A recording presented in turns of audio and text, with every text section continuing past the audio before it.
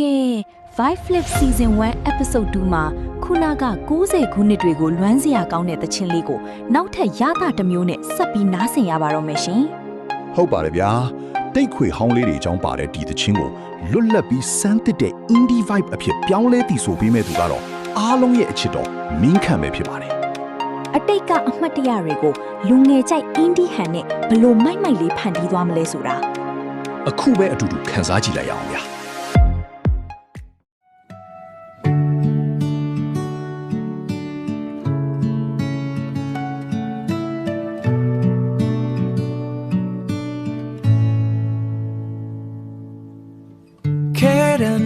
ရဖူးတဲ့တိတ်ခွေဟောင်းလေးတွေဒီတန်စင်တွေနားထဲမှာဆွဲနေစေညညဆိုရင်ဒီဝီချီရင်ရောင်စုံကြော်ညာချမှာပြောခဲ့တယ်အင်တာနက်တွေမရှိပေမဲ့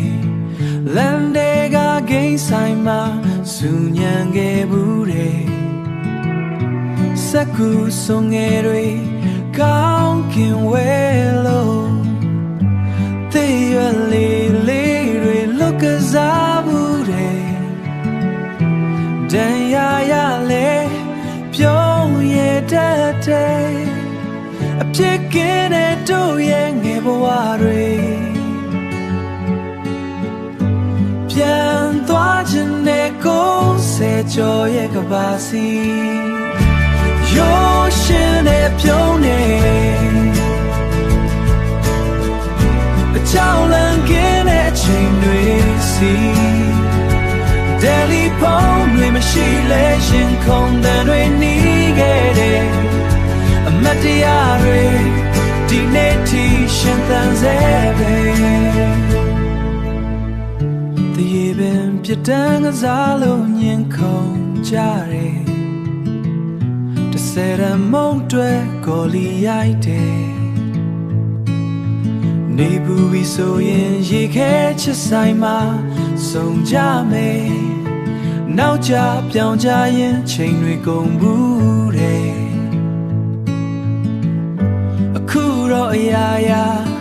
ပြောင်းလဲသွားပြီ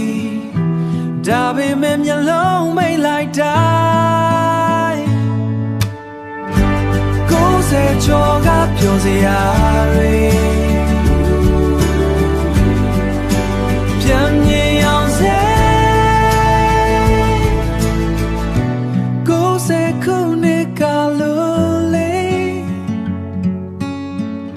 အမြဲတမ်းတတိယနေတော့ပဲအမြဲတမ်းတတိယနေတော့